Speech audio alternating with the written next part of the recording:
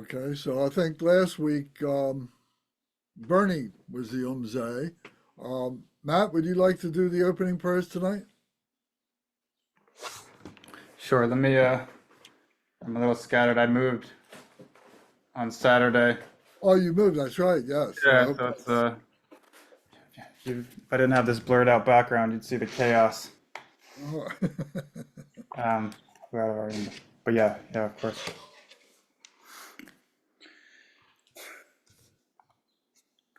All mother sentient beings, especially those enemies who hate me, obstructors who harm me, and those who create obstacles on my path to liberation and omniscience, may they experience happiness, be separated from suffering, and swiftly I will establish them in the state of unsurpassed, perfect, complete, and precious Buddhahood. All mother sentient beings, especially those enemies who hate me, obstructors who harm me, and those who create obstacles on my path to liberation and omniscience, may they experience happiness, be separated from suffering, and swiftly I will establish them in the state of unsurpassed, perfect, complete, and precious Buddhahood. Dagla dang warje pedra no parje peke. Tarpa dang tam shekin pe bar ducho parje pa tam sheki soje pe. Manam ka dang nyam pe semchen tam she de wa dang den. Dug now dang drill nor du la na me pa yang dag par zog pe shang shu rimpo she to parja. Action Bodhicitta Prayer. Thus, until I achieve enlightenment, I perform virtuous deeds with body, speech, and mind. Until death, I perform virtuous deeds with body, speech, and mind. From now until this time tomorrow, I perform virtuous deeds with body, speech, and mind. Deshe du sang ma ge gi ba du lu na gi sam ge wa la ko.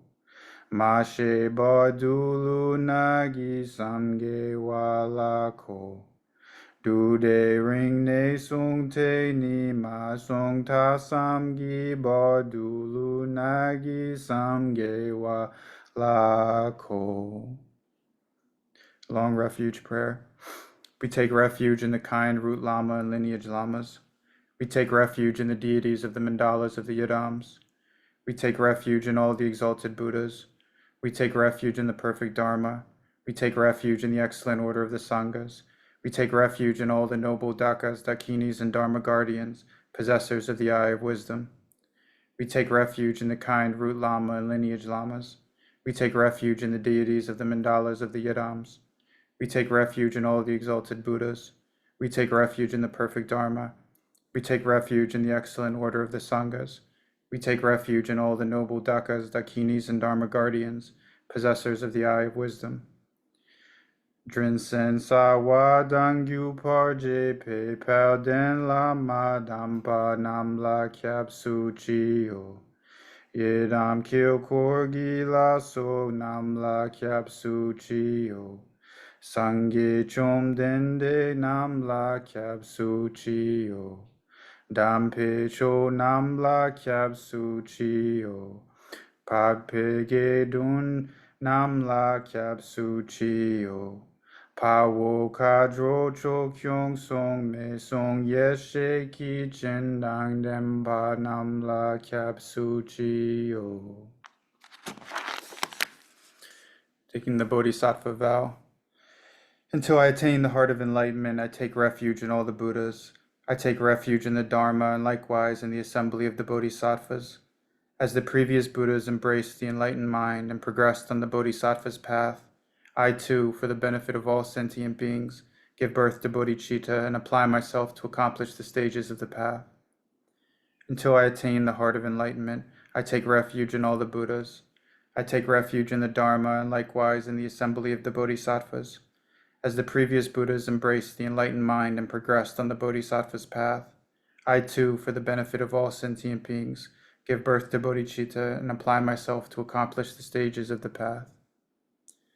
Shang Shu Ning Por Chi Ki Bar Sangye Nam La Kyab Su Chi Chodang Shangshub Senpai Songlang Deshin Kyapsuchi Jitar Nongi Desheki Shangshu Tumni Kipadang Shangshu Sempe La Bala Dedag Rimshin Nepatar Deshin Drola Pendondu Shangshu Semni Kegijin Deshin Duni La Pala Rimpa Shindu La Pargio.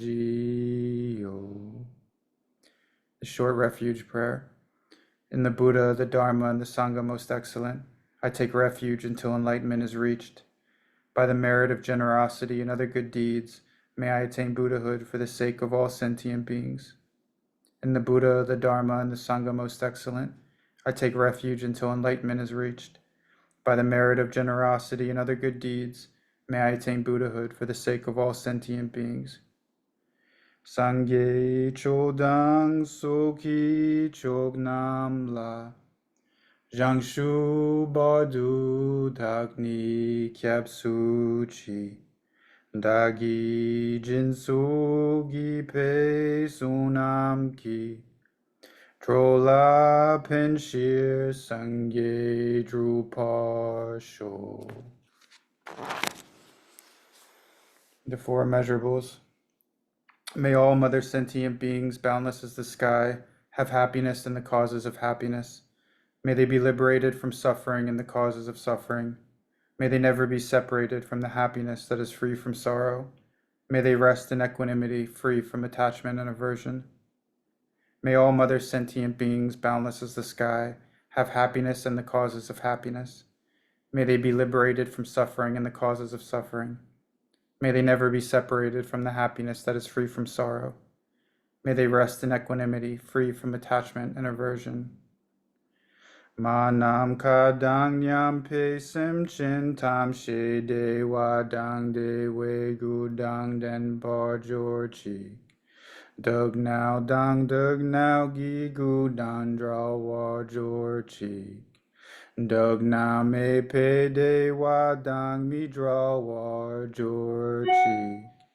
Ne ring chak dang ni dang draw we tong nam la ne pa jor chi. The Vajrasattva mantra. Om Vajrasattva Samaya. Help to protect my vow to purify myself. May you remain firm with me. Grant me the complete satisfaction. Grow with me. Be loving towards me. Grant me the attainments to master the powers beyond body and nature. Show me all the deeds of body, speech, and mind. Make my mind, heart good, virtuous, and auspicious.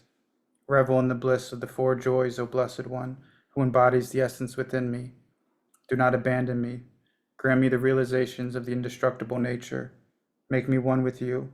Thus I signify my unity with non-duality. Ah. Om Vajrasattva Samaya Manupalaya Vajrasattva Teno Patistadrido Me Bhava Suto Kayo Me Bhava Supo Kayo Me Bhava Anuraktu Me Bhava Sarva Siddhi Me Prayatsa Sarva Karma Susame Sitsam Shriya Kuru Ha ha ho Bhagavan Sarva Tathagata Vajramami Munsa Vajri Bhava Mahasamaya Sattvaha Om Vajrasattva Samaya Manupalaya Vajrasattva Teno Patistadredo Me Bhava Suto Kayo Me Bhava Supo Kayo Me Bhava Anuraktu Me Bhava Sarva Siddhi Me Prayatsa Sarva Karma Susame Sitsam Shriya Kuru Ha ho Bhagavan Bhagavan Sarva Tathagata Vajramame Munsa Vajri Bhava Mahasamaya Satvaha Om Vajrasattva Samaya Manupalaya Vajrasattva Tenopatishta Drido Me Bhava Suto Kayo Me Bhava Supo Kayo Me Bhava Anuraktu Me Bhava Sarva Siddhi Me Prayatsa Sarva Karma Susame Sitsan Shriya Kuruhum Ha Ha Ho Bhagavan Sarva Tathagata Vajra Mame Munsa Vajri Bhava Mahasamaya Sattva. The Sagarmati Requested Sutra. Likewise be extinguished. Extinguish all enemies to my purpose. Whatever evil forces are in me, be defeated. Do this so that when I am victorious, all pure radiance melts into me completely purified. Take all this knowledge, food, and drink peacefully, enjoy it, and be satisfied so that all obstacles may be destroyed. Be liberated from all obstacles, all general obstacles. Maras are defeated by this gesture of the Buddha. By reciting this mantra, may all the Maras be purified. As a result, may all the Maras be defeated.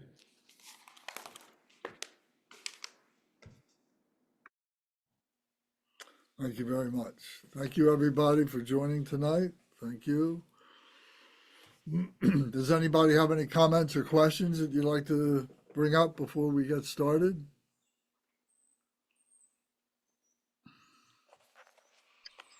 Lance, What's Brother that? Lance, I wanted to, for a while, I wanted to ask, so these last pieces of prayer that we recite, it kind of looks like part of the text, and it starts with the words, likewise be extinguished.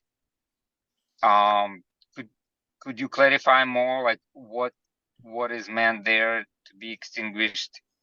Is it so far my idea is obstacles be extinguished, but maybe there is more to that. Well, yes, obstacles, confusions, etc.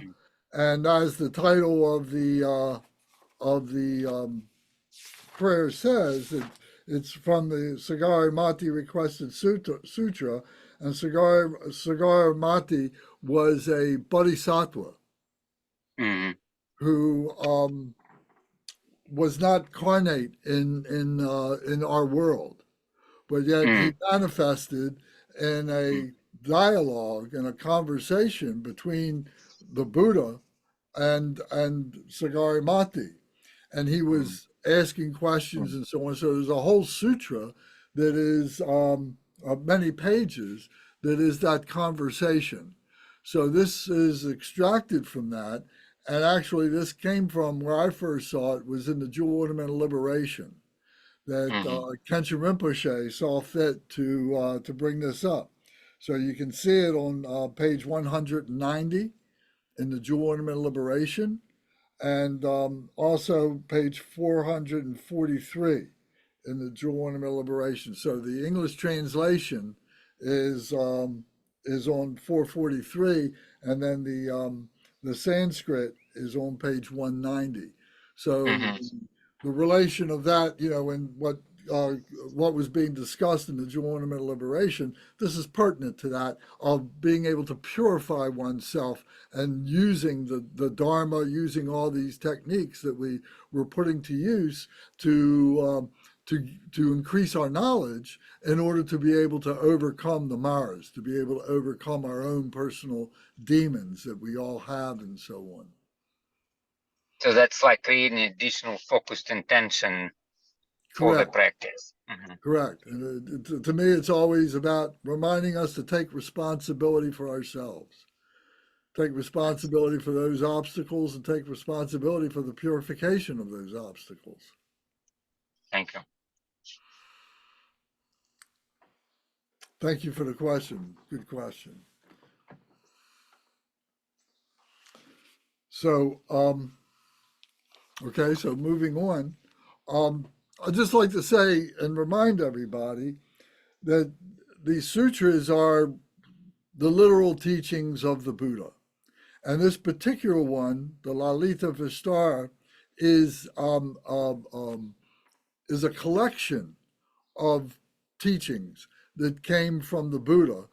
And he was citing, his being before he was born as a bodhisattva, and how it is that he, became born in this world. And this chapter, this section that we're looking at right now is all about that and so on, and the things that he assembled.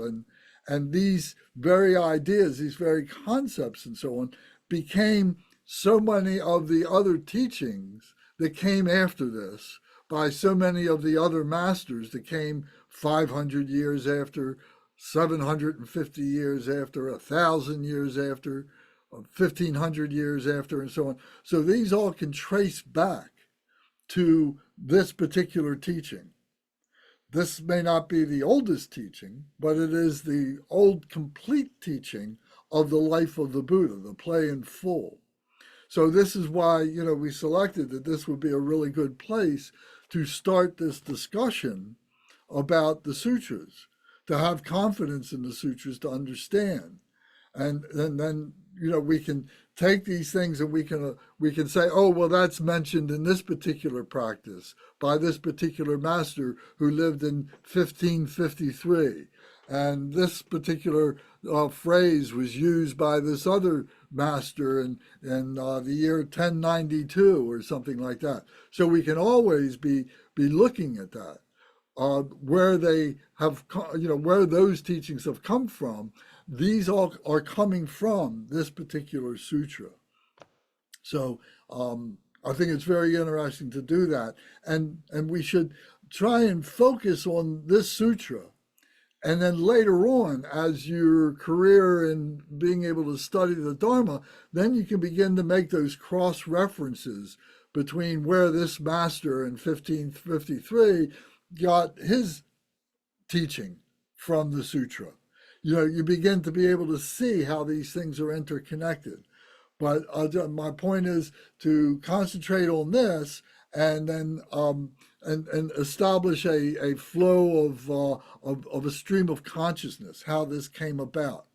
So this particular chapter, I've read in a few other places, this chapter 4 of this is a well-studied section of the sutras and altogether, and in particular in this sutra, the Lalitavistara Sutra, is a very well quoted, and there's books that have not been translated in English, but yet it is part of the study that the monastics and so on would engage in early in their careers. It's normal that the monastics, as they are youngsters who are going into the monastery, they begin to study the sutras very early on, much more before they start doing deity yoga and some of the other practices and so on. But this is setting the foundation for all those other things that are yet to come, the Nunjo practice and the different deity yoga practices and so on like that. So I just want to mention that this is an intellectual process that we're going through to accumulate knowledge of what this process is. So it's a bottom up. We're starting at the bottom, and we're learning, what these formative concepts are and so on, and seeing how they developed, and then how they then became more simplified as they got closer to the Buddha nature that we're all looking for. So I hope that kind of reminds you of where this is, and I invite you to read the introduction and the summary from time to time, maybe once a month, once every couple months, something like that, just to refresh your memory of where this falls in the context of all the other teachings and so on. Because it's very easy to get, sidetracked, or very easy to start, following down some kind of a a misconception that we have of what these things are and so on. So to be able to keep it in the proper context, I think, is very important.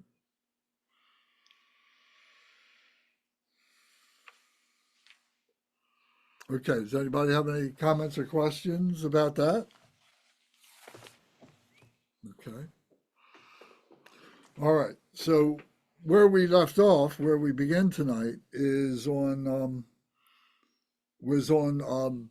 chapter 4.29 is where we left off.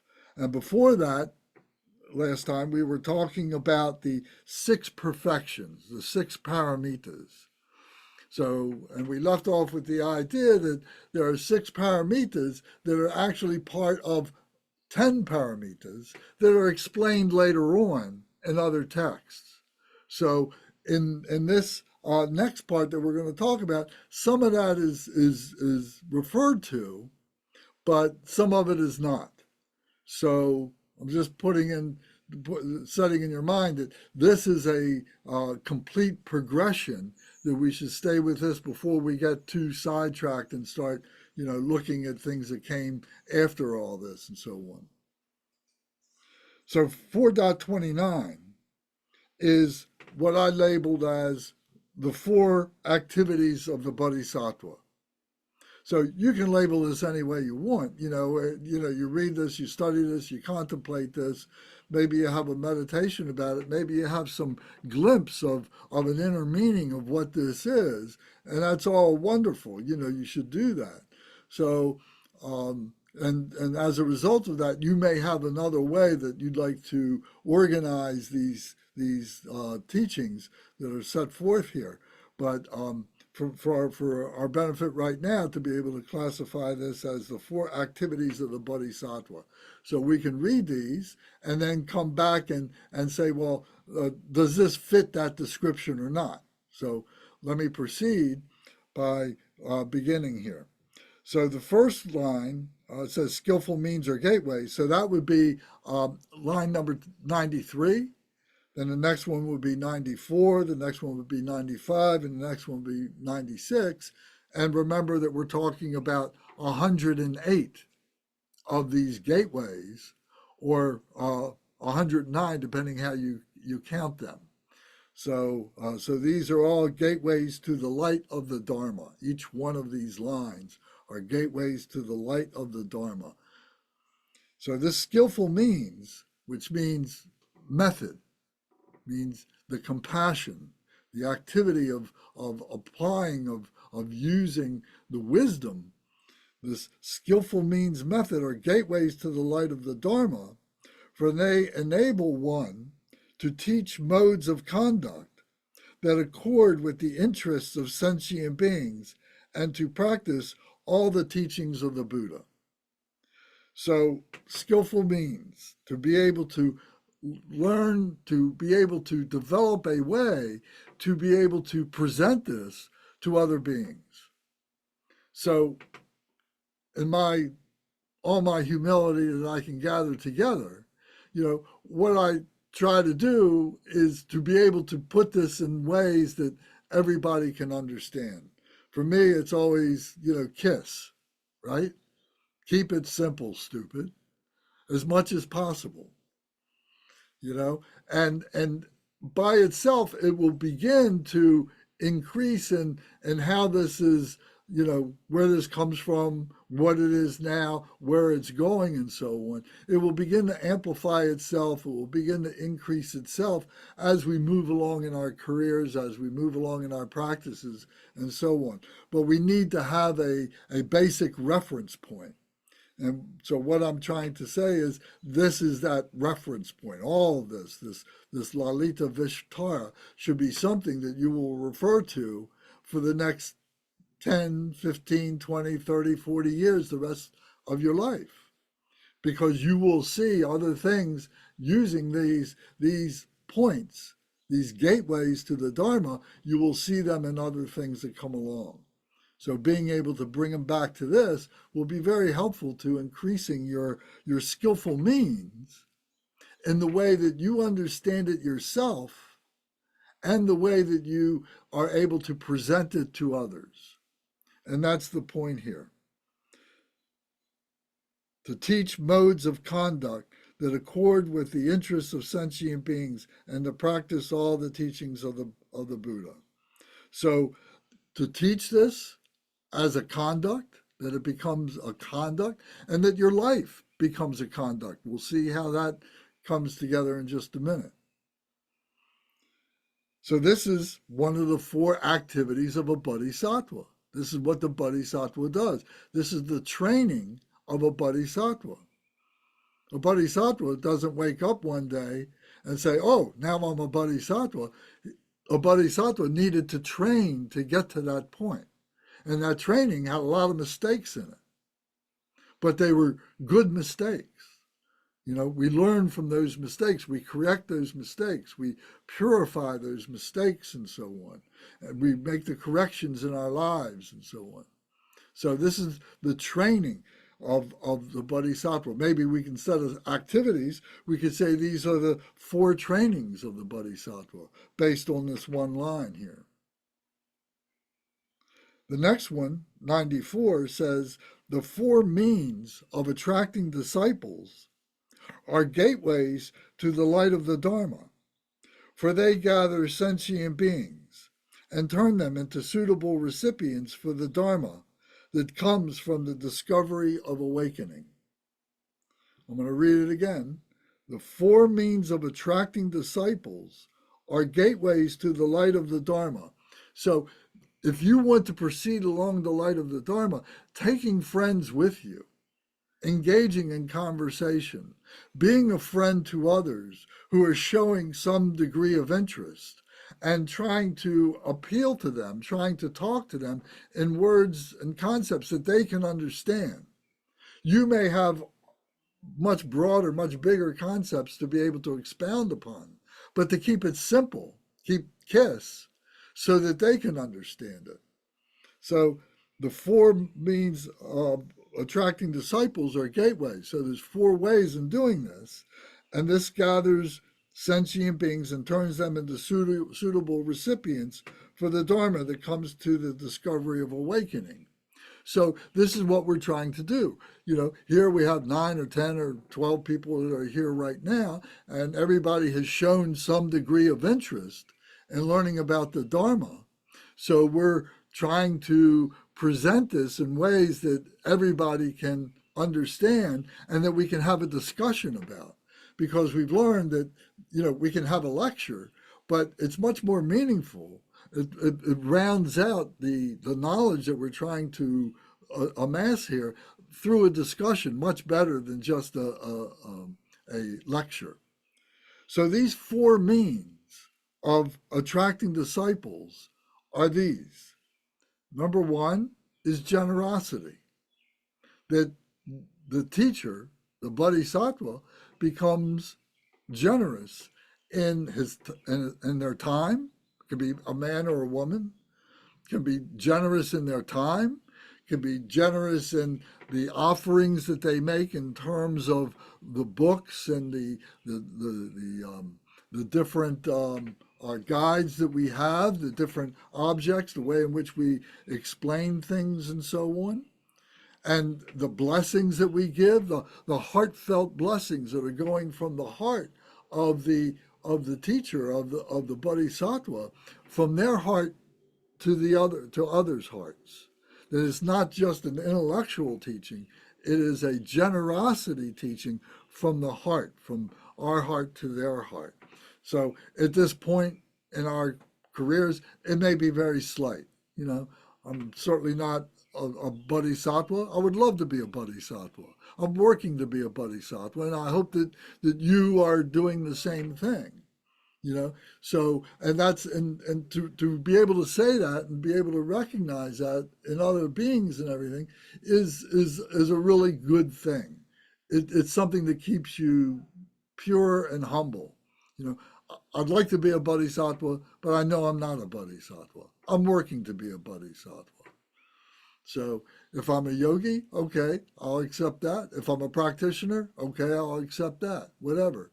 but to see that we are on this path, and this path may have some nomenclature to help us to understand where it is, on those levels and everything. But we shouldn't be hung on those levels. We shouldn't be so attached to those levels. Oh, I've reached level number 4, ain't I great?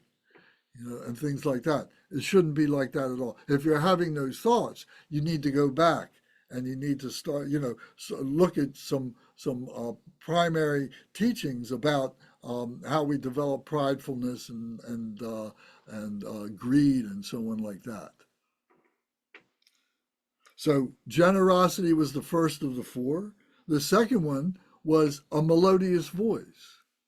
Now, a melodious voice can be interpreted in several different ways. First, it could be that it's a voice that has a nice quality about it, that it's pleasant to listen to, that you can talk in a nice way. I have a tendency to get too loud. I know that, but I try and be as clear as I possibly can and to talk so that everybody can hear and understand. And there are other much greater teachers than myself, of course, and I encourage everybody to experience other teachers and so on, to go onto YouTube, to go to Dharma centers, whatever it is, talk about between yourselves, to experience other people giving voice to this. 60 melodious voices, having a melodious voice can mean that I'm talking in a language that you can understand. Here, all of us understand English. But at the same time, if there were Spanish-speaking people here, if there were Tibetan-speaking people here, whatever language, that you be able to talk in their language so that they can understand what it is that you're saying. So to have a melodious voice means that, that people are understanding you, that are recognizing you, and so on. And another meaning of the 60 melodious voices would be that you can be clear in the understanding. I said that before, but what I'm trying to say is that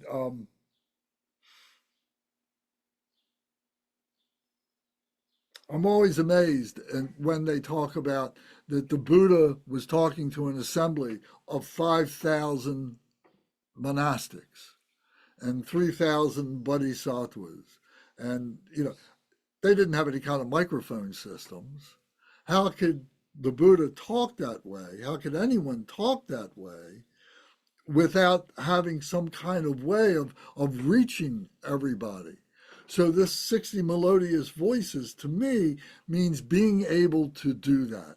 That it's not just the vocal voice, but it also is, there's a heart transmission, there's a heart voice that is going out, and that is reaching other beings. So to me, this is all part of the 60 melodious voices. So as you go through and read other texts and contemplate this and everything, you may be able to expound on what that means to you and so on. And all that would be true to one degree or another. So the 60 melodious voices, being able to communicate, being able to talk to all those beings through the training of becoming a bodhisattva. Then the next one is implementing teachings, to implement the teachings. That it's one thing if you are talking about these things to people and they've never experienced this, and more than that, that you're telling them these things, you're reading from a book, but you haven't experienced these things yourself, but yet you're communicating it to other people. To be a true bodhisattva, we need to be able to have implemented these teachings into our lives. That we're speaking about what it is that we know, what it is that we have experienced, not what the book has experienced, not what this teacher has experienced, but what we have experienced. So, when I first started teaching years ago, and I spoke with my teachers at the time, and I asked them all one by one, I said, can I teach? Can I do this? You know, we would have a conversation and they would all say the same thing. Teach what you know. If you don't know it, don't teach it. So I've used that as a hard fast guide, a hard fast rule in the things that I myself engage in. So, and I think all the teachers that I've met all do the same thing, pretty much all the same, do the same thing. So it's up to you to be able to investigate that if you're not sure. Talk to them and try and understand maybe a little bit better where they're coming from. You ask the probing questions that are going to reveal, you know, their veracity in being able to speak about the things that they're talking about. So that they have implemented the teachings, that we as a Bodhisattva teacher have implemented the teachings in our lives. Otherwise, just remain quiet. If you don't know, you don't know. You know. Then the fourth one, the four means of attracting disciples, is to living life as a practice. So what this means is we're not only implementing the teachings in our lives, but we realize it's a practice. A practice means it doesn't necessarily be perfect all the time. If we recite a mile round of any particular mantra you can think of, you know, there's going to be times where we don't do it quite right. We don't pronounce it right. We do it too fast. We do it too slow. So it's a practice that we are doing. So we have to realize that our life is a practice. Until we are able to attain the level of Buddhahood, which is considered to be that perfect realization, that perfect embodiment of the Dharma, everything is a practice. So this is part of the training of a bodhisattva, to know that you're on that path and that you're going through that circular path of refining, of purifying, constantly, and you're getting closer and closer to that point of pure realization, of pure embodiment of the Dharma. But until then, it's all still a practice. So this increases your humility, if nothing else. So these are the four means of attracting disciples. It says that come from the discovery of awakening. For the Dharma that comes from the discovery of awakening, that we are realizing these things ourselves. You know, that we talk about, here are the books, but you need to go home and you need to sit with these books as a guide to develop your Kamabodhi meditation, your shamatha meditation, to develop your vipassana insight meditation, to go through that. And this red book that you have is a guide. If you go through the pages in this one by one in sequential order, you'll see that there is a guide, there is a pathway to this. And so this is what we're trying to communicate. So now I've talked enough about these two lines. Please, does anybody have any comments that you'd like to make about this?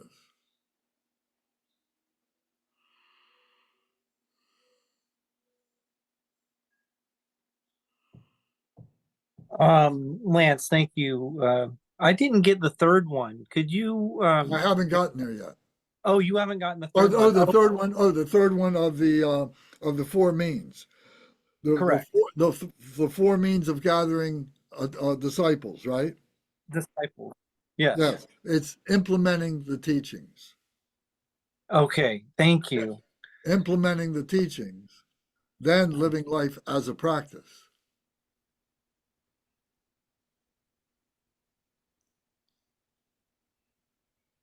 Lance, Thank I you. really love that this is Sarah.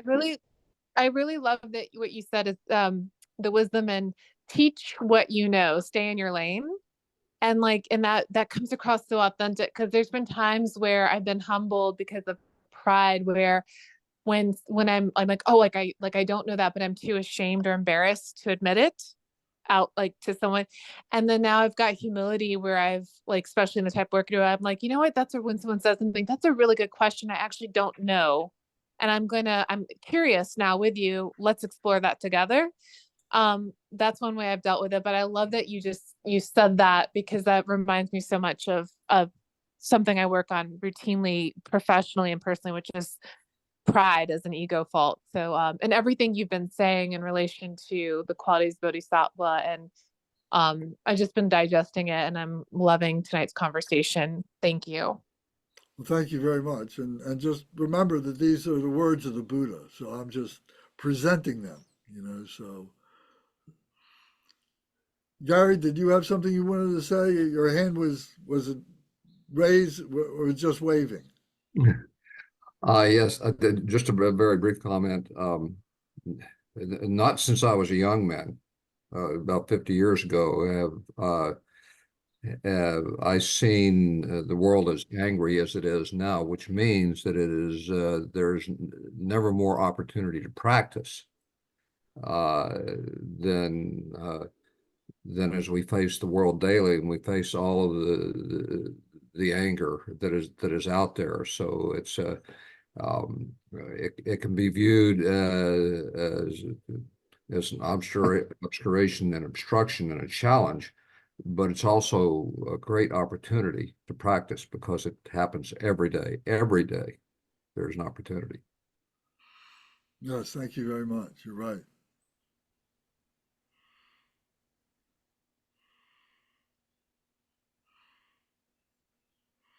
Okay.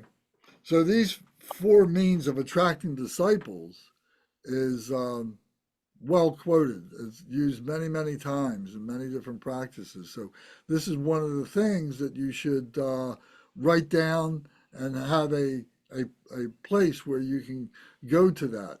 Maybe you put it in the notes part of your phone, or maybe in one of your books or something like that. But it's a very important point of what it is to attract disciples and how it is that we do that, and are we doing it correctly.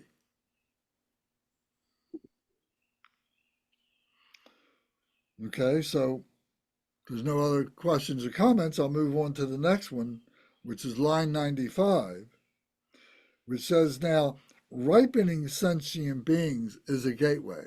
So we, up to this point, we've been introducing things to sentient beings. Now we're ripening, we're applying heat, if you will, wisdom heat, wisdom fire to them. And sometimes you kind of, you got to turn people on a little bit. You got to challenge them a little bit. You got to get them to dig in a little bit by lighting a little bit of a fire under them. So it says ripening sentient beings is a gateway to the Dharma, for it enables one not to be attached to one's own happiness and to be free from discouragement. So what this means is it's easy to fall into the trap of feeling that you're not doing a good job as a teacher, as a spiritual friend. I'm not breaking through. I'm not helping. I'm not doing any good. We're stuck at this level. We haven't gotten beyond this level. And I think every teacher, sometime or another, goes through those thoughts, and maybe, cyclically they go through those thoughts. They deal with them, and then next year they come up again, and so on like that. But by taking the responsibility of ripening sentient beings, of having to, where's the switch? Where is the fire? Where is the excitement? Where is the motivation that you can present to someone that is going to help them to move off of where they are? So it means that you need to push yourself sometimes, is the way I interpret that, and to,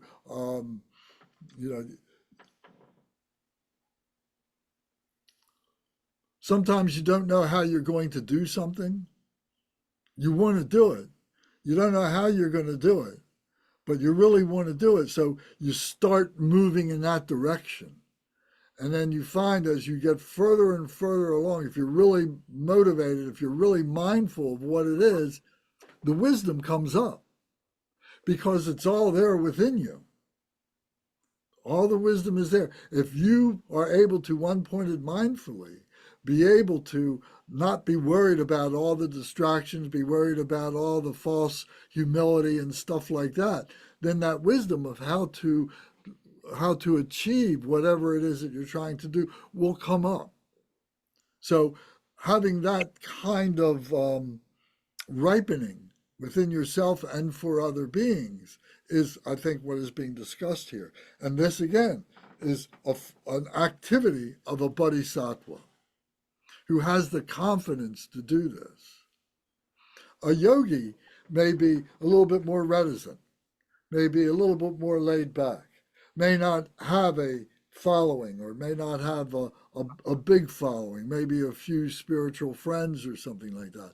But a bodhisattva, starts to take on the responsibility of more people, more subjects being broached, more concepts being brought into view and so on. So this is all knowing when to do that. How to do that is the ripening. How do we ripen these beings? For them to recognize their ripening, to see that they have all the nutrients they need, they have all the water that they need, using the garden analogy, they have all the sunshine that they need, and with the sunshine, with that heat-producing sunshine, comes the growth. The seed germinates, the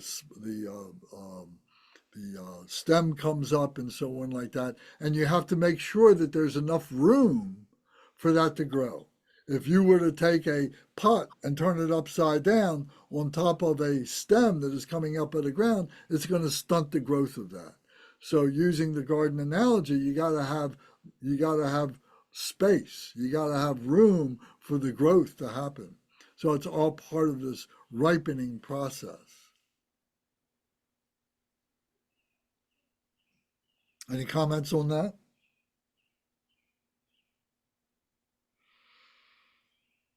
Okay. Then the next one is grasping the true Dharma. Grasping the true Dharma, and notice it's a capital D, is a gateway to the light of the Dharma, for it enables one to eliminate the afflictions of sentient beings. So this grasping, we talk about grasping, and we've often talked about grasping in a negative sense. That I'm grasping this life. I want to be born. I want to have this car. I want to have this house. I want to have this job. I'm grasping at these things. I want these things. But here it's more in a virtuous way that I'm trying to grasp. I'm trying to understand the true Dharma. So I'm trying to bring it in. So, but it's a matter of virtue here. The other way is a non-virtuous way of self-aggrandizement that leads to suffering. This is grasping the Dharma that leads to liberation. So understanding that is Dharma. Grasping a true Dharma is a gateway, for it enables one to eliminate the afflictions of sentient beings. And the way we do this best is by implementing the teachings ourselves and living our life as a practice. Then we can show that, well, this is what I've been able to do, and here I'm sharing this with you for whatever you might think it's worth.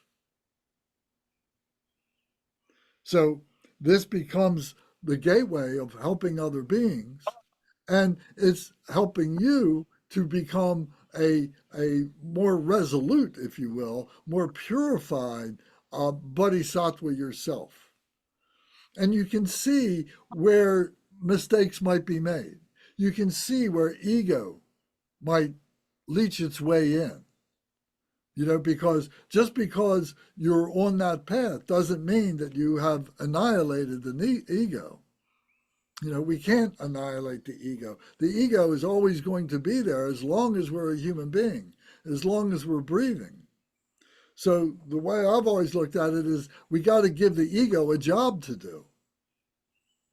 If it's going to be there, if it's going to do something, give it a good job, give it a good virtuous job, but don't be attached to it. You know, I don't see any harm in that. I don't know if anybody else has a comment about that, but you have to be aware of it. And it becomes part of your one-pointed mindfulness that when you sit down to do a meditation or a practice, and if that ego pops up, you recognize it and you laugh at it and say, oh, there you are again, you know, and you got to cut through that. This is one reason why we developed the 4 powers of Vajrasattva, to be able to cut through that kind of attachment, that kind of ego attachment and so on. So that's why we recite the 108 syllable mantra so often. We recite it in our opening prayers, and we recite it at the end of our practice. Why? In the beginning, we're being mindful of the defilements, the contaminations that we might be bringing into the practice. And at the end, we're mindful of those imperfections that we may have done in performing the practice. And in both cases, we're cutting through our attachment to those negativities. You know, we're going to make mistakes. It is a practice. It's okay, long as we can confess it and try not to repeat it. So does that make sense to you? Can you see that these 4 activities of the Bodhisattva and talk about skillful means, talk about attracting disciples, talk about how to ripen Dharma, and how to grasp or to become what it is to be Dharma. Remember, the Dharma are the words of the Buddha, is the method of the Buddha. The Buddha is within ourselves.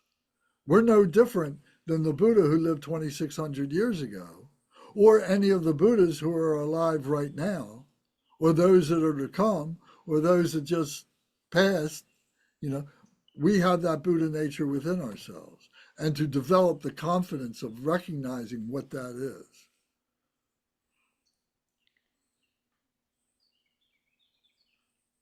Yeah, Lance, that helps to put it in perspective like that to me.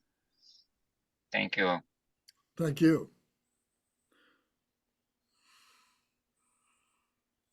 And you may, yes, Debbie, please. I'm sorry, like pathetic. I don't know if this is insightful, but this is a train the trainer document. You're right. Right? Of course. He is outside of Earth somewhere. He is with beings who are going to go down with him. And they're the beings that came down with, you know, Buddha Shakyamuni actually, and the rest of them. And yeah, you know, it's funny because I just thought, this is a train the trainer. So it might be more funny than insightful. I don't know. I think it's insightful. No, that's an excellent way of putting it, because it makes it contemporary. And that's what we're trying to do. We're trying to present the Dharma for 21st century minds.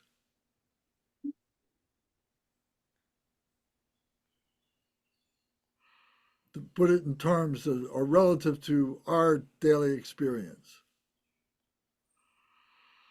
So training the trainer, that's anybody that's has ever been in some kind of a corporation organization, you know, you should know exactly what that means.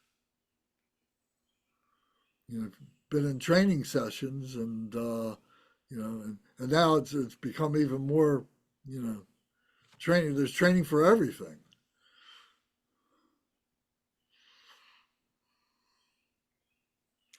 All right, so I hope you reflect on these 4 activities of the Bodhisattva. So the next are the 4 accumulations. Well, as we are engaged in these activities, what are the accumulations? What happens as a result of that. So these next 4 points here, gateways, are what I call the 4 accumulations. So they start with 4.30, and that's gateway number 97.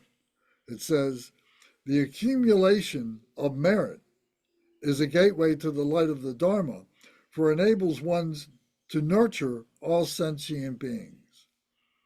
The accumulation of merit is a gateway to the light of Dharma, for it enables one to nurture the sentient beings, to nurture all sentient beings, this merit.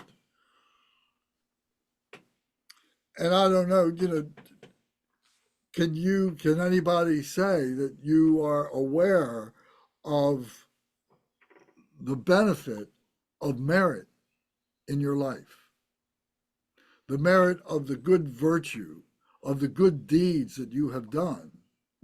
As a result of that, can you see that other things have become manifest that you didn't anticipate? But good things that manifest as a result of this merit. Can anybody relate to that? Gunga? Yeah, I think of that, as watering positive seeds in yourself. So the idea that doing things that are positive, reduce the suffering for yourself and others. Then the more you do that, the more you feel like doing that, and the more you get benefits from that.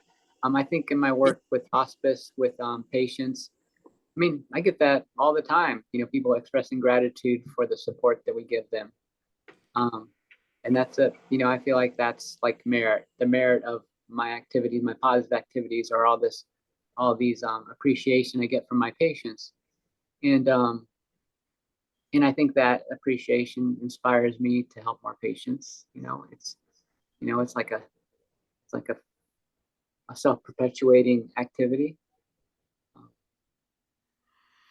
And I think that my involvement with Buddhism has, affected me in positive ways, so that then I kind of put that back out there, and then I see people express appreciation for what I've brought out, and it's kind of the same thing. So I could see where that, comes in lots of different places in my life.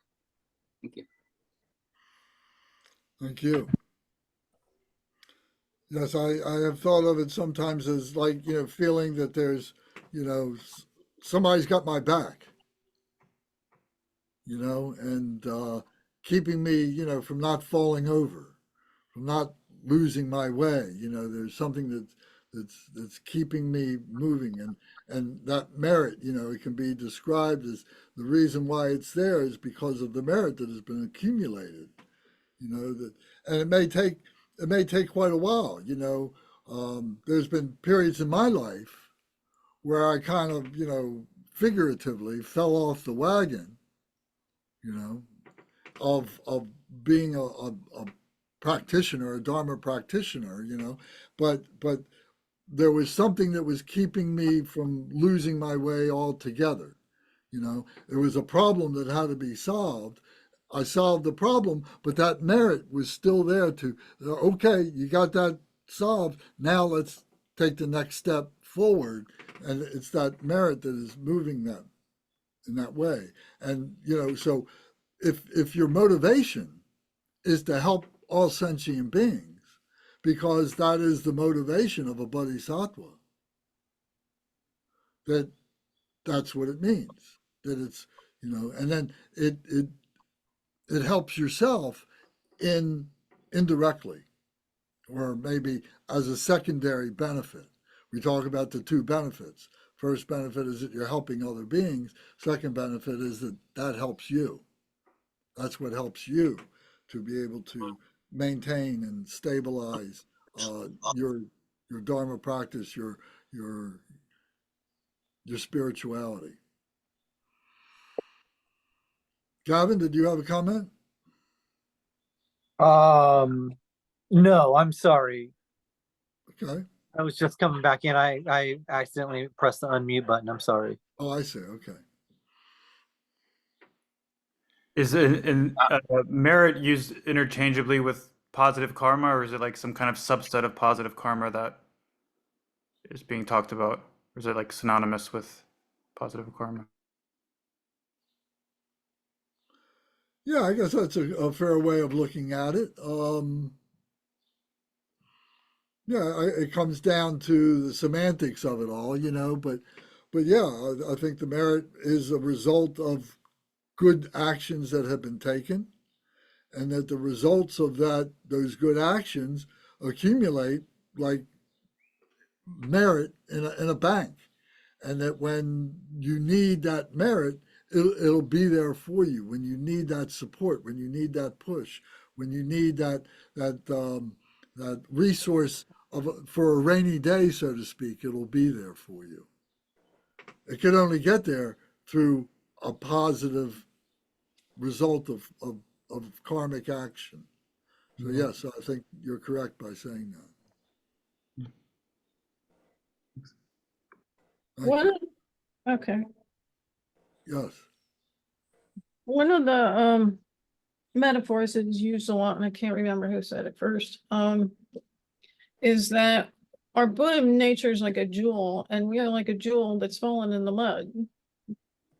So that our negative actions are like covering over us. I think when you look at merit, I think that that is karma essentially, because negative karma is when you're acting contrary to what you really are. Your Buddha nature.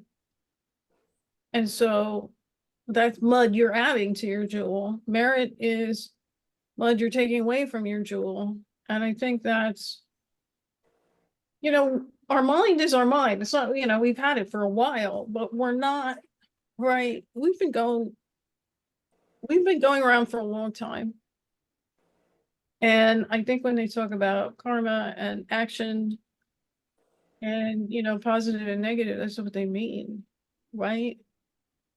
People who have very violent lives are living in such contrast to what they are. That I think that's what the mechanism is of a negative, non-auspicious rebirth. You are just like, you're caught in a whirlwind, because when your body goes, all you have left in your mind is your mind, and you've been ignoring it your entire life. And there you are, and you don't know what to do. So, merit is something that our teachers will talk about a lot, and it's not, it's not really a Western concept that, with each mile around, with each practice, you're accumulating merit. But that's just how I see the linkages. Thank you. Yes. May I also share, Lance? Excuse me, Alex Kunga had his hand up. Then we'll come back to you. Oh, okay. I didn't see that. That's okay. So I had the definition of merit from our glossary. Yeah. In Buddhism, more generally, merit refers to the wholesome tendencies imprinted in the mind as a result of positive and skillful thoughts, words, and actions that ripen in the experience of happiness and well-being. According to the Mahayana, it is important to dedicate the merit of one's wholesome actions to the benefit of all sentient beings, ensuring that others also experience the result of the positive actions generated. That's G.378. Oh, thank you. 278? 378. Yeah. Well, that's great. Yeah, using the glossary to help sort this out.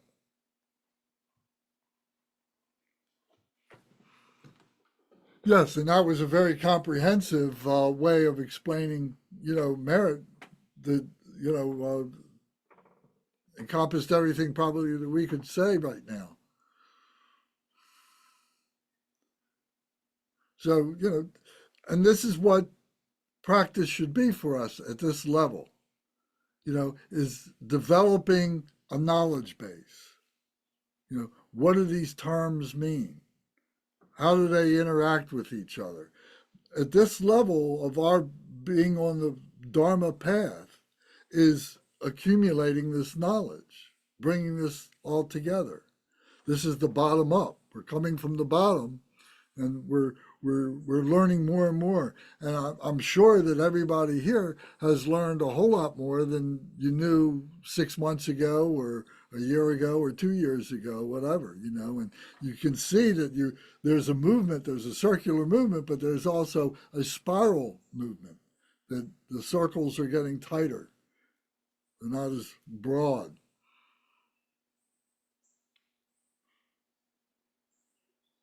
Any other thoughts about merit? I'm sorry, Alex, you wanted to say something. Oh yes, I would want to share just that. Yeah, this definition actually kind of helps illustrate what happened to me, maybe, I guess, in my early days of learning about spiritual learning and so on and so forth. I've been exposed to Buddhist practice, like while still in Russia. And I was not sure how authentic that practice was, those teachings were. So, but I still follow them. I still, donated. I still studied those, and try to, bring my friends into them. And then it sort of fell apart in a way, and I had to move on, to United States, continue my studies here. But eventually, but I really wanted to actually see and study and learn those teachings from like original source. Maybe not something that's been translated into Chinese and then Japanese and then Russian, or Japanese, then English, then Russian, So eventually, I think I was really fortunate, but I think you can think of as ripening of the merit that I was able to meet and hear about and recognize some of the teachers here and also community here that follows very profound and authentic practice. And yeah, certainly what Lance is doing is also bringing that for us more like in a modern setting, but still very deeply connected to the original teachings. So yes, I'm very grateful for that, everything happening that way.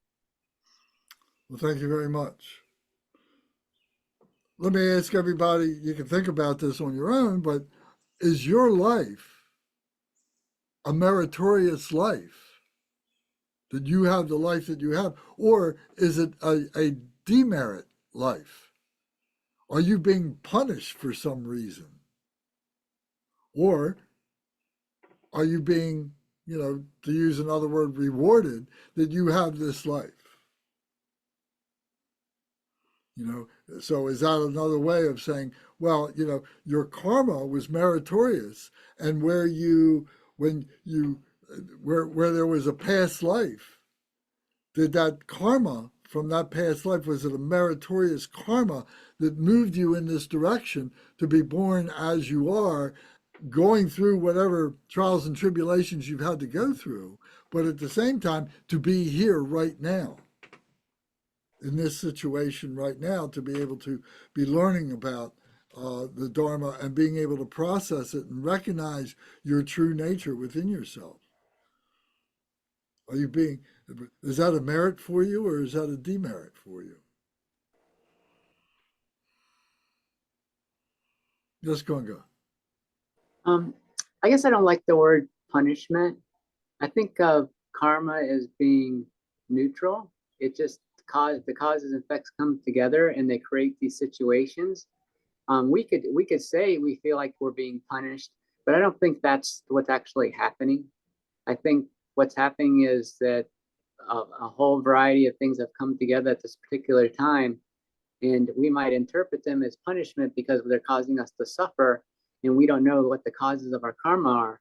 But I think that there's no God there punishing us like we would think in Western ways. So I don't like the word punishment. I would say challenges, struggles, but it just seems that when you say when we use the term punishment, it just seems more personal than I think karma really works. Thank you.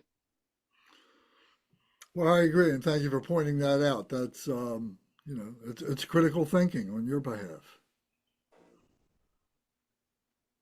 But I do, I've met people, and maybe you've met too, people who really think that they're being punished in this life. Is that true? I mean, saying that they think they've been punished. The reality of it is they're not being punished. So your point's well taken. To me, I think that's where like the heart of what I would interpret karma to mean or to present as is that part of it of, do I view my life, do I have the type of mind, whether it be from a past life or something I've cultivated in this life, the type of mind that is interpreting the circumstances of my life as punishment or hell-like, or is interpreting it as something different and experiencing it in something different or something joyous or something grateful. I think to me that's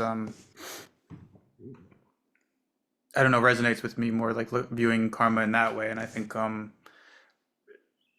I get caught up or have got caught up, I think sometimes in the past is imagining things as too much of like an external things, as if it's not, as if the playing field for all this isn't the quality of my mind.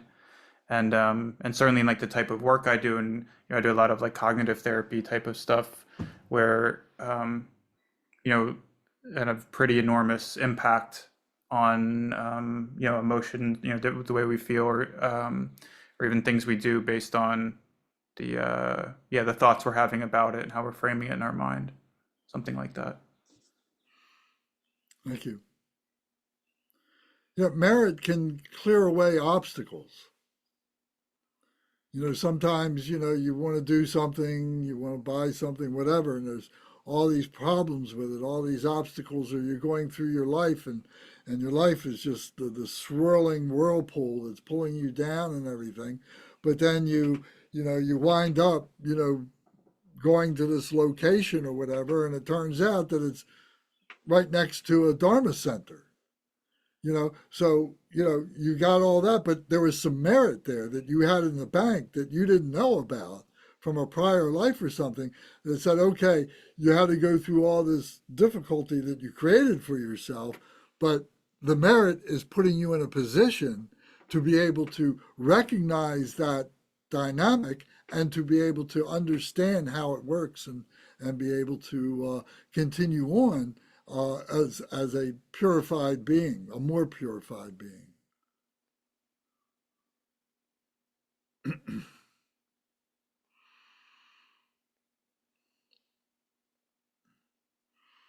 I think sometimes, the partners that we have, our love relationships, where we live, all kinds of things happen with that, and uh, sorry for having to use myself as an example all the time, but in my neighborhood, here I was looking for, I started reading a lot of books about Dharma.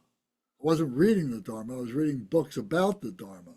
And I'm saying to myself, well, I got to find, a place where to practice and where to learn about Dharma and everything.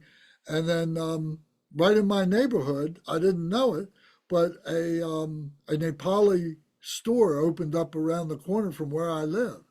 And they had all kinds of statues, they had all kinds of artwork, they had all kinds of books. They had the culture of Nepal, right in my backyard. And to me, that was a great merit, for both of us. For them that did that, we became good friends and so on.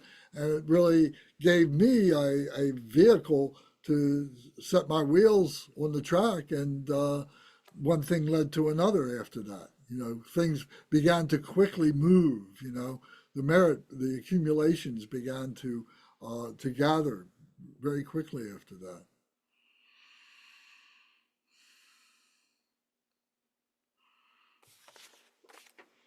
Okay. Yeah, I have to admit that in my life there was also a number of occasions where I came across or I was lucky to get information or be invited by someone and meet somebody that was really helpful in my education, in my career, in Dharma learning.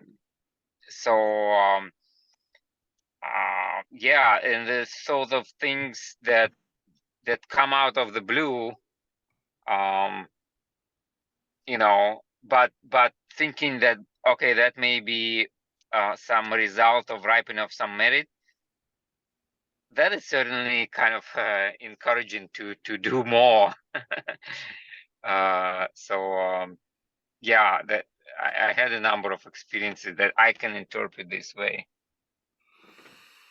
Very good. Yes. So if we take time to look at that, you'll find many things. There are many turning points in your lives.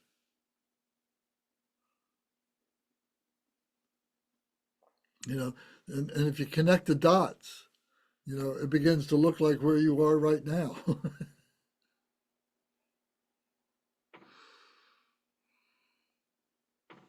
So the next gateway is number 98.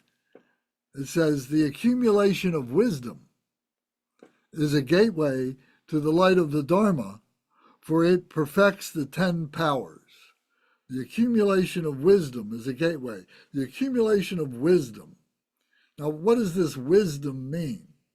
Does this wisdom, is it knowledge? Is that wisdom? Is it experience? Does that lead to wisdom? Is it both of those things? Is it the wisdom of samsara, having been living in samsara all this time and learning about it, understanding it, and understanding what it is that brought us to this, and how it is that we can cut ourselves off from the root of the causes of the samsara. But at the same time, is this wisdom, the wisdom of nirvana, the absolute wisdom. And Did you mention insight, Lance? Insight? Did you mention insight? No, but that would be part of it. Yes, that would be part of it, absolutely, because it's through the meditation of the calm abiding and the insight that we're able to recognize the samsara and we're able to recognize the nirvana. Does that make sense to you, Gary? Is that what you were asking about? Yes, You were pointing out? It's another word, but the energy of that word sort of carries me to what I think you were talking about. Energy of what word? I'm sorry. Insight. The Insight. insight. Yes. It's just a sort of an intuitive understanding of how you should be with the world and with others. And even when the world does everything it can to make you be otherwise. So would you think that insight is a wholly intellectual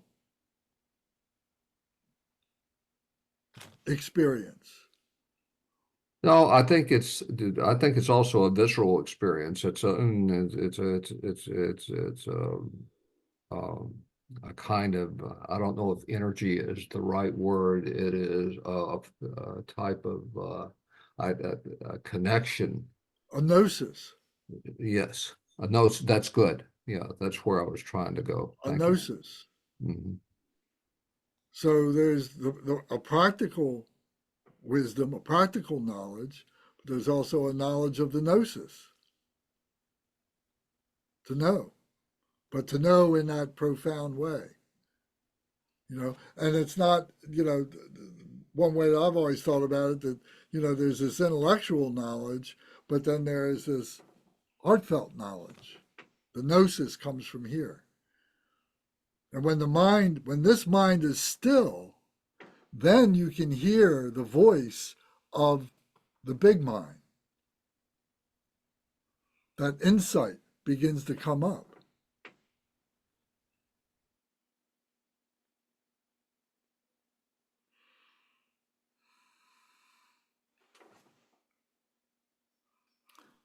Oh, The 10 powers.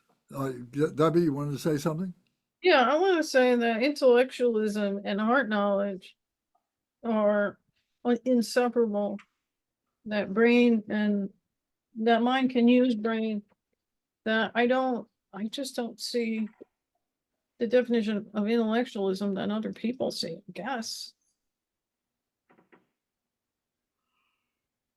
Because it's a very, all that stuff, the extra stuff, all those experiences that you have. I don't know. The accumulation of wisdom has informed most of my life. I have an almost impossible time telling you what it is. I know what I can see it is usually that's about all I can say. I know what I can see it because as you go further along, you can't put these things into words. But I just your intellectual mind gets you to the point where all these other things can happen. So I don't see them as acting at cross purposes, but you have to be aware that your brain has its own agenda because it's made out of atoms and it wants to survive. And it's designed to do that.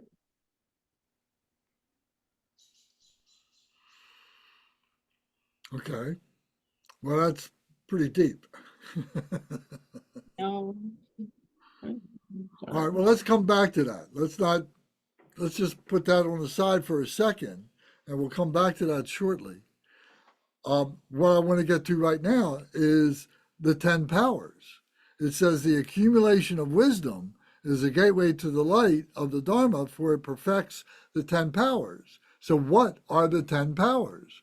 So that happens to be G.662. So if you look in your glossary and you turn to that and you see here is this nice list of 10 things. So I'll just read this quickly, but this itself is a meditation. You can spend an hour easy sitting trying to apprehend what this is communicating to us. This is an excellent contemplation. It says one set among the different qualities of a Buddha.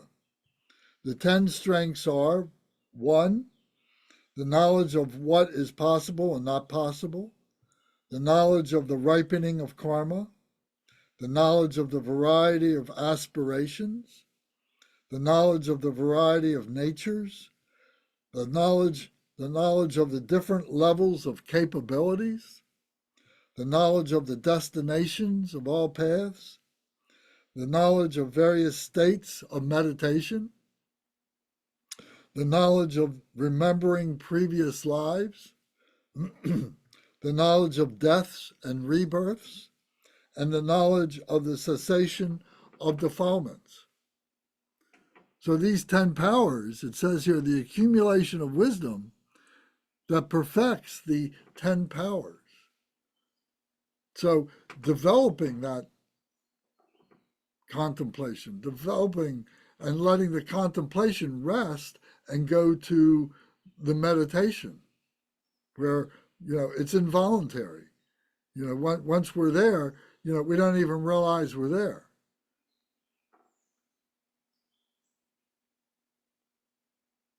So then the next point number 99, it says the accumulation of calm abiding is a gateway to the light of the Dharma, for it leads to the attainment of the absorption of the thus gone ones.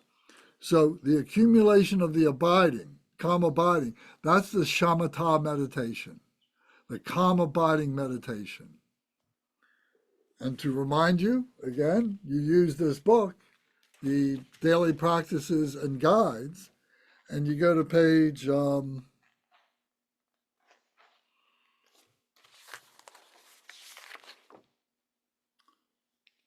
You go to pages 20, 21, and especially 22 and 23 in this book, and it gives you a visual guide of shamatha meditation.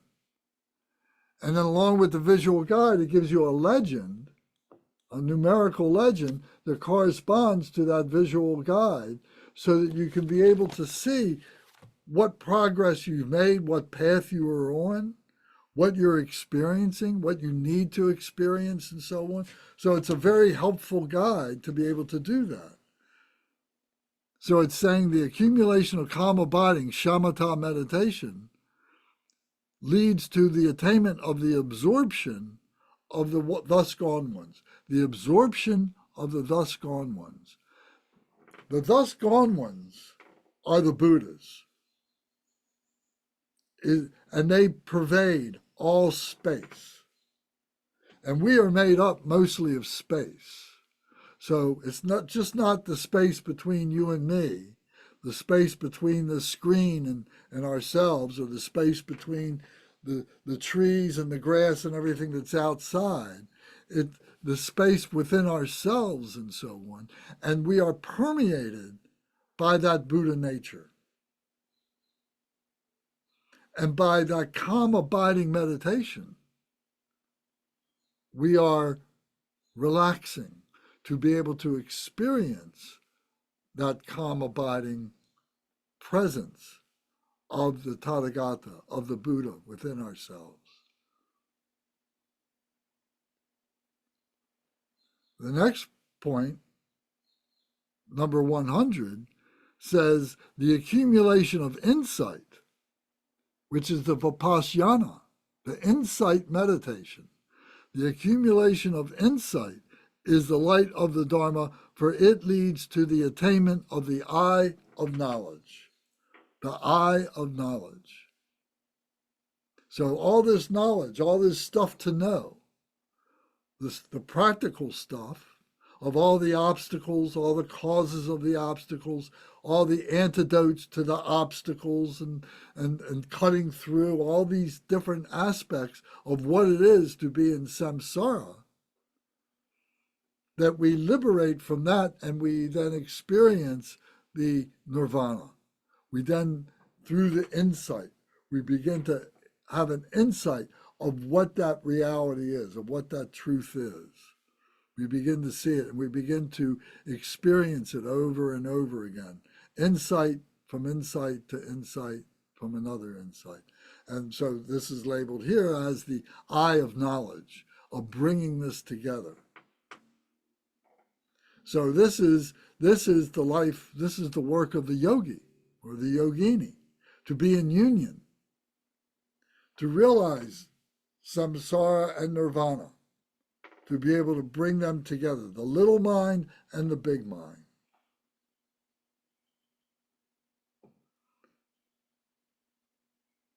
So if you turn the page in your meditation book, then you go to page 25, and there it says the Vipassana Insight Meditation. And there is some guide words to help you with that. But to get into that becomes much more non-conceptual, and it arises out of the peace of the calm abiding meditation.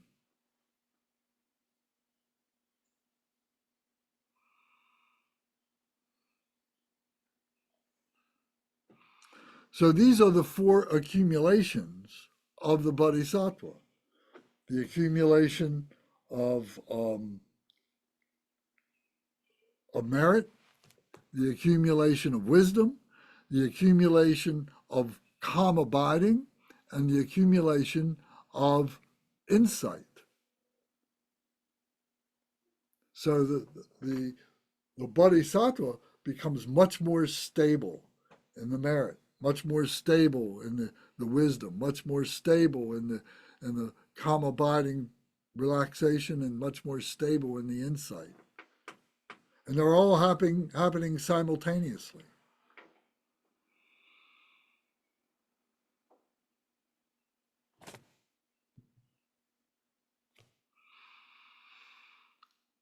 Any comments on this?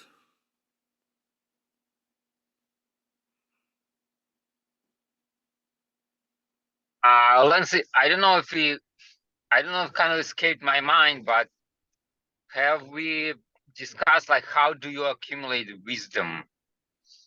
I mean, if it's other than just come abiding or other than inside vipassana meditation, where do you get wisdom from? I mean, it's not Experience. knowledge. Experience. From learning about other people's experience and getting your own experience. Well, that's a vicarious experience, but it's a valid experience, yes. You know, teachers point the way, but it doesn't become your experience until you have the gnosis of that, till you experience it yourself. We can point at the hot oven and tell you not to touch the hot oven, but it's just words until you put your hand on the hot oven and you burn your hand. Now you know what that means.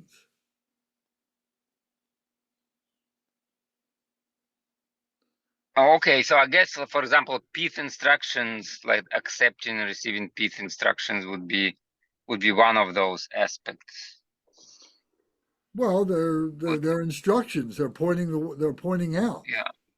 Yeah. But it's up to us to then become the embodiment of the knowledge of that, and then we develop the wisdom of that. You know, the wisdom, I think the way I would look at it is the knowledge can be the positive and the negative. The wisdom can be, well, how do you use that positive and negative? How do you neutralize that? How does that not hold you back? How does that liberate you? The wisdom, how to maneuver through that. You can have the knowledge of good and bad, but how do you use that good and bad? Does that make sense? Yes, it is different. Being able to be skillful in application of knowledge, that's a different kind of wisdom. Yeah, so again, like I said in the beginning, we're trying to keep it simple. We're not trying to get too deep here. But if we need to go deep, then somebody speak up and, you know, if you want to give a definition of wisdom, be my guest. Is it in the glossary? I don't know that I've looked in the glossary.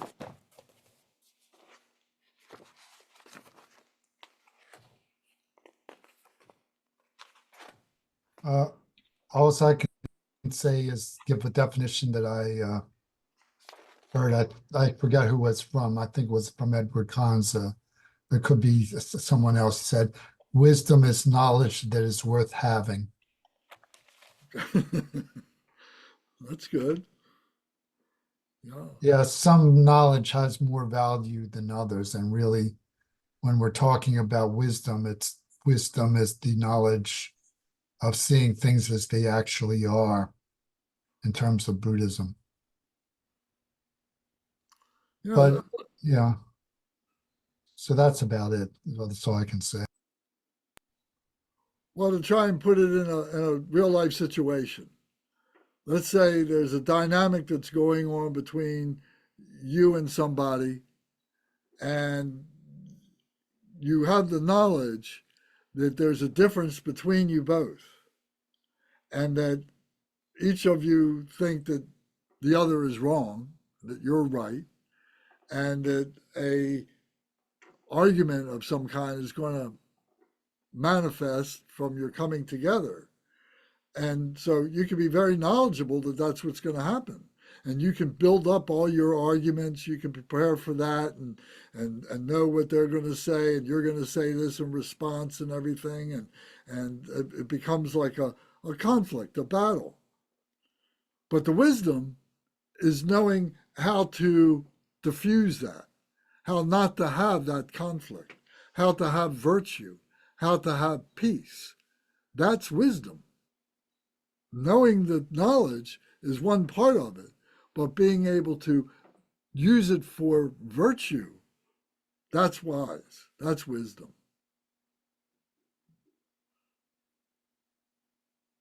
Thank you. That's a great example, I think. Yeah, indeed.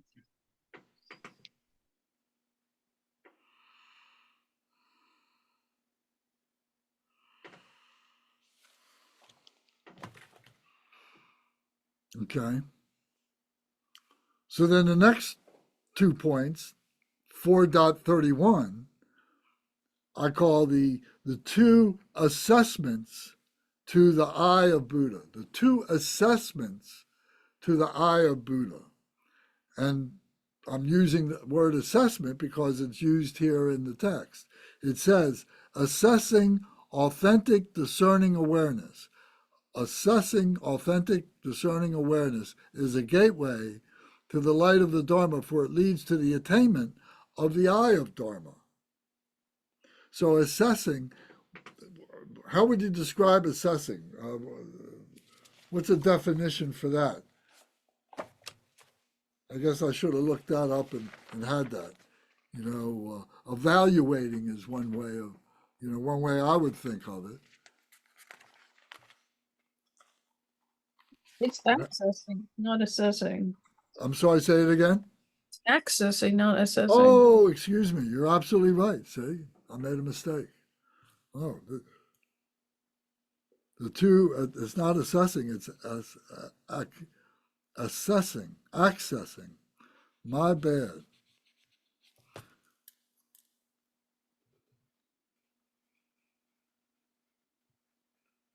You are allowed to make an occasional mistake, and that's just Thank you very much. I appreciate that.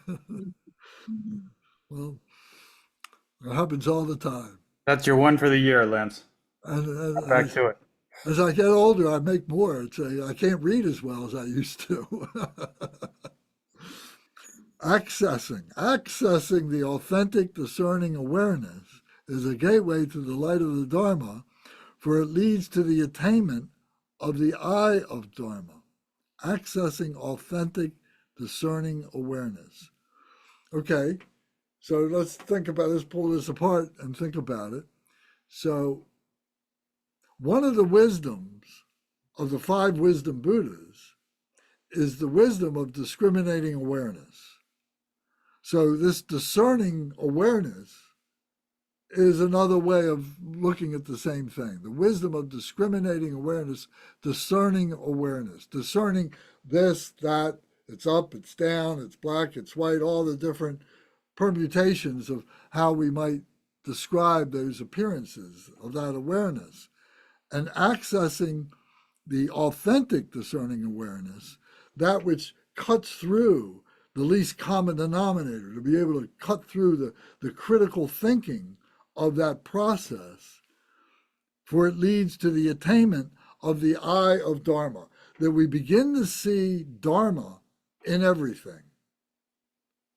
Dharma just doesn't appear in this book. It just doesn't appear in this figure or this picture or that picture. Everything is Dharma. Everything is the path of what we might say spirituality, the 3 bodies, the physical, the intellectual, and the spiritual.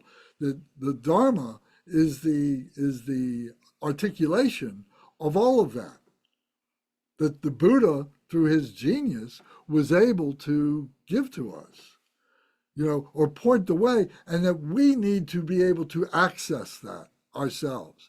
We've realized that if we're Buddha, that we can access that discriminating awareness ourselves. And we may even have some different interpretations, some different names of things. And that's okay. We talk about outer experience, inner experience, and secret experience. So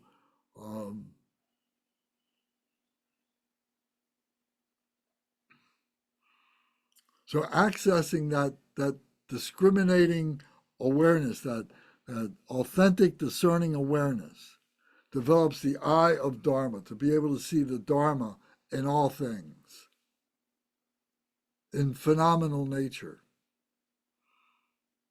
The phenomenal nature is the display of what we call the Dharmakaya. The Dharmakaya is the truth body. And that truth body is inexpressible, non-conceptual, non-objectifiable. There's no way to be able to communicate to ourselves or to anyone else what that is in terms of being a human being.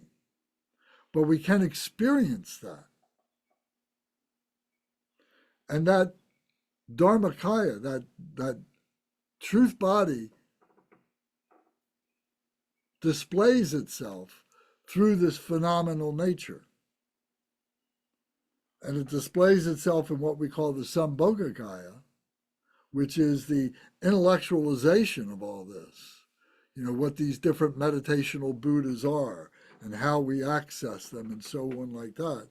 And it also manifests, it displays itself in the emanation body of a teacher, of a Buddha, who comes to life in order to be able to give the Sambhogakaya teachings, the enjoyment body of being a Buddha, that display, in order that those who are approaching it from the bottom up are able to coalesce with that and spontaneously become the Dharmakaya.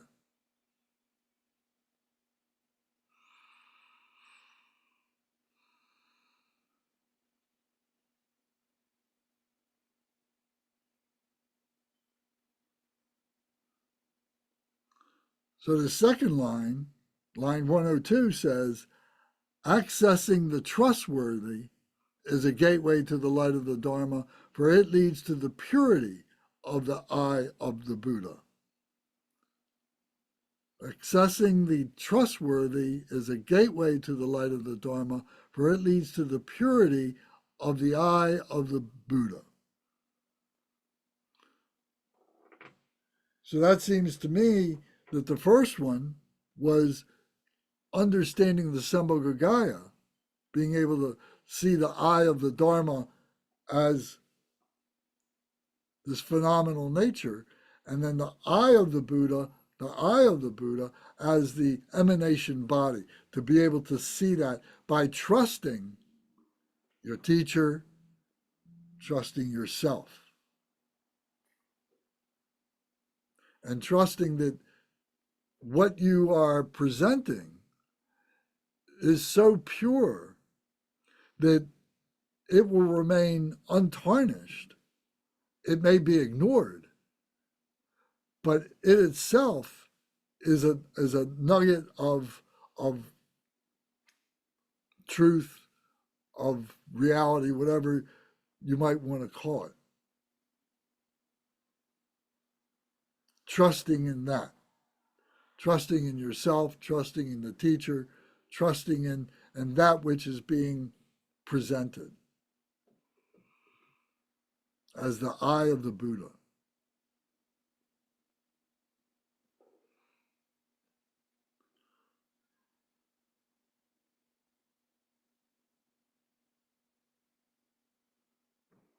I like the word accessing is interesting because it implies to me that holds more the connotation of that it's like almost like what Debbie was saying with the diamond in the mud or something, that we're discovering something or unlocking something that's almost already there, or a quality that's latent or something like that, rather than like have to go discover some other thing or something.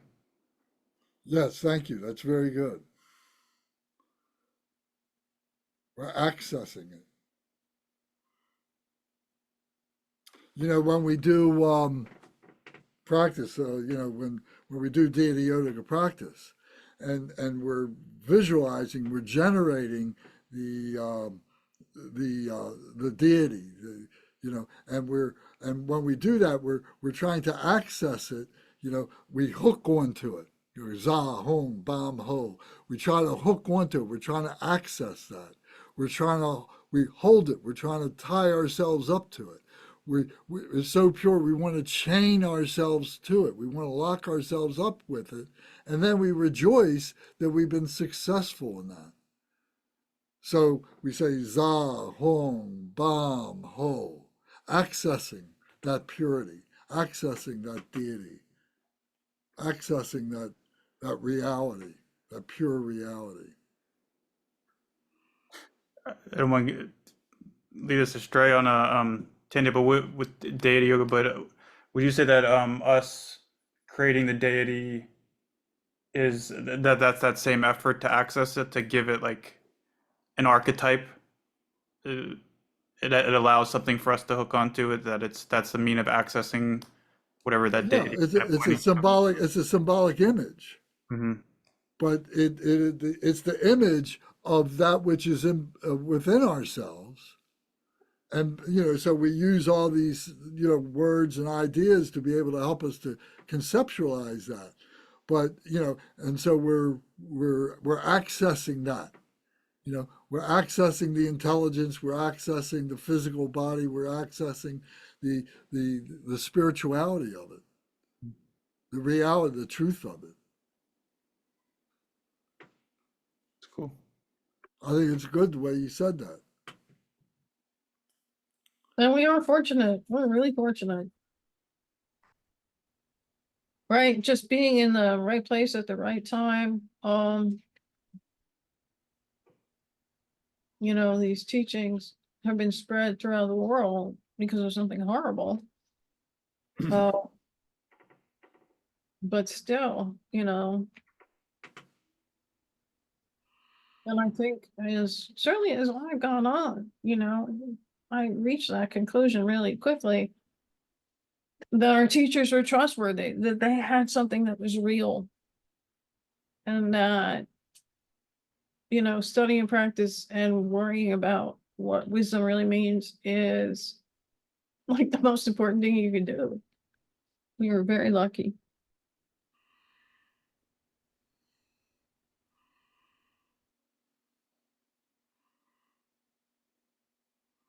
Does it make you feel at this time, anybody, that, you may not be apprehending this, but yet there's something there to apprehend?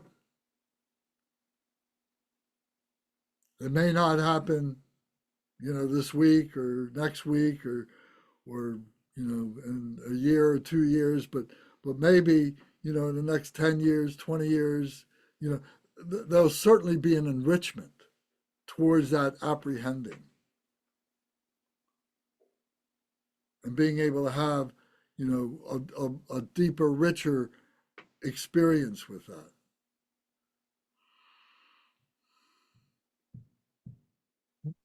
Well, I got to speak up again. I'm sorry, but Go right ahead. the issue is when you talk about apprehending, we're not talking about seeing something outside of ourselves. We're talking about recognizing what we've already had. The saying in Zen that comes from Zen is whatever comes through the front gate is not the family heirloom.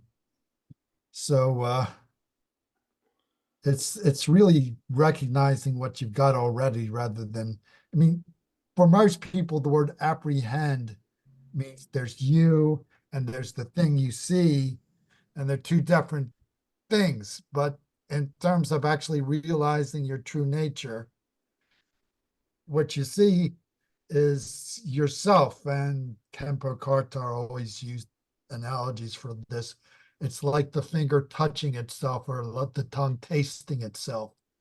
So it's a entirely different kind of experience than everything you learned in school or everything you've thought about on your own, because there's always a separation between the object and the subject.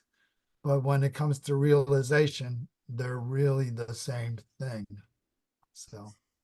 Well, thank you for clarifying that. You're absolutely right. That is correct. And that's really what I was trying to say. So, yeah, well, in case anybody got the wrong idea, I thought Because it's all within ourselves, you know, I think the point there is it's all this wisdom, all this understanding, all this spirituality is within ourselves. Yeah, it's like we're hypnotized and we don't see it for the hypnosis.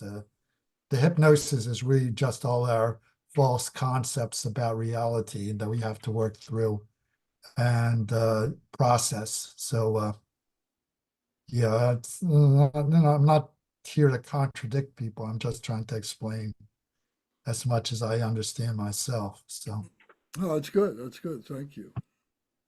You know, another way of saying what Bernie said too about, you know, it's like we're asleep.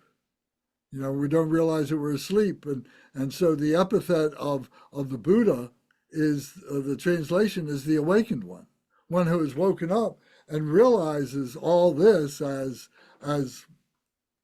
Buddha, as oneself, recognizing all this. But the oneself is, you know, is you know, there's the relative and there's the absolute, and to be able to put all that into our intellectual, you know, perspective, to be able to recognize that.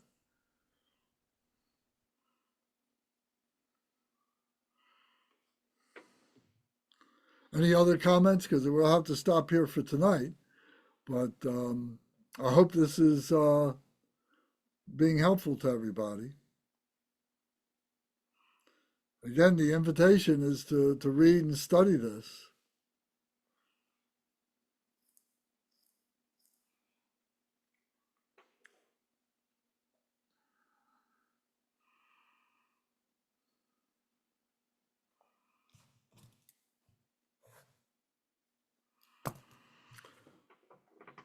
All right, any other comments? Anybody?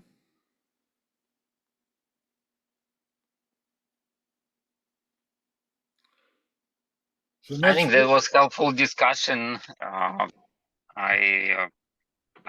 benefited quite a bit. There is a lot of things to digest from today, I think. yes, it's getting higher on the spiral.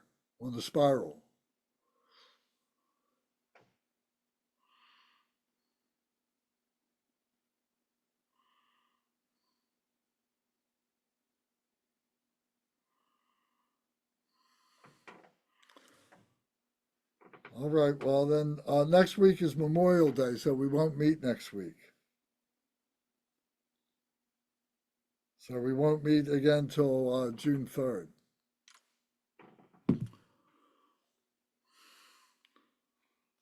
But then we should be able I think maybe finish this section, this chapter, at that time, at least to be able to introduce it and talk a little bit about it.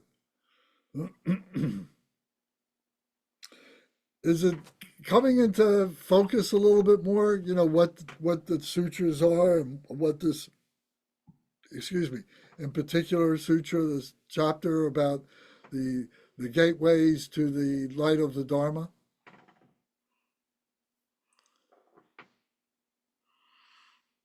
Okay.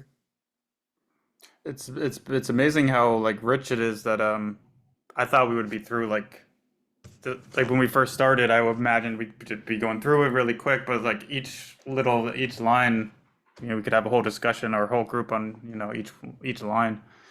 It's pretty cool. Very good. Yes, thank you. Believe me, if the lamas were here, one line would be one meeting. Yeah, and I'm also finding it's very interesting in its structure. It seemed to be, you know, very particularly intentionally structured so that it's not just a random things, you know, hundreds of things put together, but you see how they group together, and also how sometimes like subsequent things kind of like elaborating or getting into more detail on the previous things that mentions. Yes. You know, I think you saw those examples. I don't want to go through. Um, No, you're right. And to me, it's like that. The spiral is the illustration I like to use. That at the base of the spiral, it's a very big circle, but then as it goes up, it's getting tighter and tighter. The circle gets smaller, but it gets much more pithy, if you will. Much more deeper.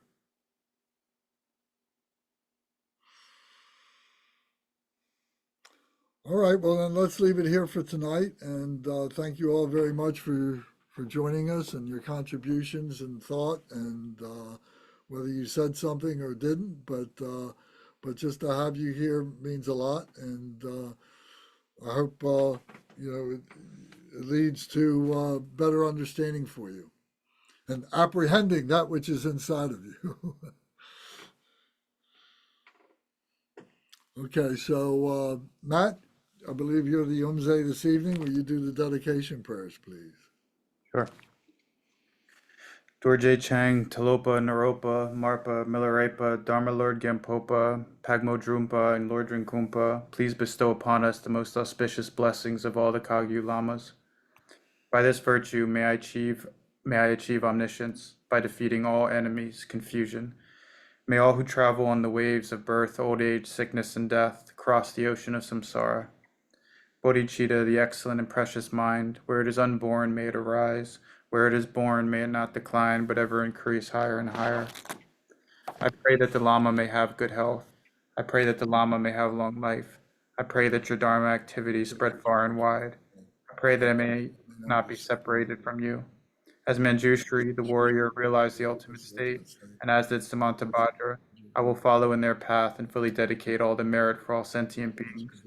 By the blessing of the Buddha who attained the 3 kayas, by the blessing of the truth of the unchanging Dharma as such, by the blessing of the indivisible Sangha order, may the merit I share bear fruit.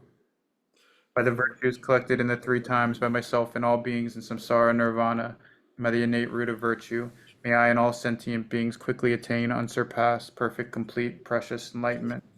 May the teachings of the great Drikung Kagyu, who is omniscient, Lord of the Dharma, Master of interdependence, continue and increase through study, practice, contemplation, and meditation until the end of samsara. Glorious, holy, venerable, precious, kind, root and lineage lamas, divine assembly of yadams and assemblies of Buddhas, Bodhisattvas, Yogins, Yoginis, and Dakinis dwelling in the 10 directions, please hear my prayer. May the virtues collected in the 3 times by myself and all sentient beings in samsara, nirvana, and the innate root of virtue not result in the 8 worldly concerns, the 4 causes of samsara, or rebirth as a Shravaka, Pratyeka Buddha. May all mother sentient beings, especially those enemies who hate me and mine, obstructors who harm, misleading Mars and the hordes of demons, experience happiness, be separated from suffering, and swiftly attain unsurpassed, perfect, complete, and precious Buddhahood. By the power of this vast root of virtue, may I benefit all beings through my body, speech, and mind. May the afflictions of desire, hatred, ignorance, arrogance, and jealousy not arise in my mind. May attachment to fame, reputation, wealth, honor, and concern for this life not arise for even a moment. May my mind stream be moistened by loving kindness, compassion, and bodhicitta, and through that may I become a spiritual master with good qualities equal to the infinity of space. May I gain the supreme attainment of Mahamudra in this very life. May the torment of suffering not arise even at the time of my death. May I not die with negative thoughts. May I not die confused by wrong view. May I not experience an untimely death. May I die joyfully and happily in the great luminosity of the mind as such and the pervading clarity of Dharmata. May I in any case gain the supreme attainment of Mahamudra at the time of death or in the bardo. Om, Om, Om. May my body, speech, and mind become inseparable from the body, speech, and mind of all the enlightened ones for the benefit of all sentient beings. Thank you all very much. Thank you, Matt. Thank you. All right, so see you in 2 weeks. Okay, thank you, Lance. All right. Thank you, Lance. You're Thank you, welcome. Lance. We're still Mark, meeting good to Sunday, see right? you. What's that? We're still meeting Sunday, right? Or no? Yeah, we can meet Yeah. Sunday, sure. Oh, we are? Oh, okay. You want to? I didn't know if I thought we were. Was it not going to be held Sunday? Well, I'll tell you the truth, I haven't thought about it. So Oh, okay. why don't we think about it, and let's take a Memorial weekend and have the weekend off. Okay. All right. So we'll send out a notice reminding everybody. Thank you, everybody. It was a thoughtful night. I appreciate your time.